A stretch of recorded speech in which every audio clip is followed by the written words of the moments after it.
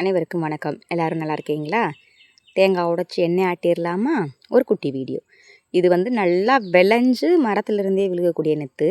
இந்த நெத்தை 50 நெத்து 60 நெத்து வர்ற வரையும் சேர்த்து வச்சுருந்து இப்படி வெயில் காலம் வந்தோன்னே உடச்சி இந்த மாதிரி காய வைப்போம்.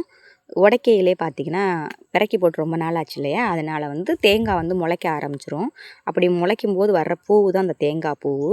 இதை உடைக்கையில் பார்த்தோன்னா நல்லா அழகாக இருக்கும். உடைச்சிட்டு நாங்கள் தேங்காய் உடைக்கிறதுனால அந்த தூசி அதில் பட்டிருக்கு. 2 தேங்காய் அந்த மாதிரி தேங்காய் பூவோடு இருந்துச்சு. நாங்கள் உடச்சி பார்க்கையில் சூப்பராக இருந்துச்சு. நாங்கள் எடுத்து தண்ணியில் கழுவிட்டு சாப்பிட்டேன். நல்லா இருந்துச்சு தேங்காய் பூ. பசங்களுக்கும் கொடுத்தேன், பசங்களும் சாப்பிட்டாங்க. நல்லா அந்த மாதிரி நல்லா உடைச்சி ஒரு வாரத்துக்கு நல்லா வெயிலில் காய வச்சிடணும். காய வச்சதுக்கப்புறம் தான் நல்லா சூப்பராக இருக்கும். இன்னொரு தேங்காயும் அதே மாதிரி தேங்காய் பூ வந்திருந்தது. இதை எடுத்து உடச்சி பசங்கள்கிட்ட தண்ணியில் கழுவிட்டு கொடுத்தேன். பசங்க நல்லா சாப்பிட்டாங்க தேங்காய் பூ. நீங்கள் டவுனுக்குள்ளே இருக்கவங்க விலைக்கு வாங்குவீங்க, நாங்கள் கிராமத்தில் இருக்கவங்க இந்த மாதிரி எங்களுக்கு கிடைக்கும். ஒரு 10 நாள் இந்த தேங்காய் உடச்ச தேங்காய் எல்லாத்தையும் நல்லா காய வச்சுட்டு கொண்டு போய் எண்ணெய் ஆட்டுவேன். எண்ணெய் ஆட்டும்போது உங்களுக்கு நான் குட்டி ஒரு வீடியோ போடுறேன். வெயில் முடிஞ்சிருச்சு. வெயில் முடிஞ்சதுக்கப்புறம் இப்படி எடுத்து கமுத்து வச்சுட்டு நாளை காலையில் வெயில் வந்தோடனே விரித்து வைப்பேன். எண்ணெய் ஆட்டும்போது உங்களுக்கு ஒரு வீடியோ போடுறேன் மக்களே. பாய்.